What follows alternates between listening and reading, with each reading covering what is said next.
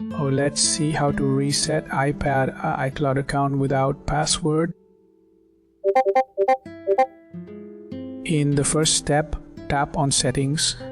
Next, choose your Apple profile. After that, select Find My iPad. In the next step, tap on Settings. Next, select Screen Time. After that, press Content and Privacy Limits.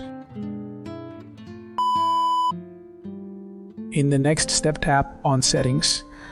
After that, open Passwords and Accounts. Later, pick iCloud. In the next step, tap on Settings. Later, go into General. Later, choose Transfer or Erase iPad. In the next step, tap on Settings. Later, select Sign Out. Now, type your device password. You are good to go.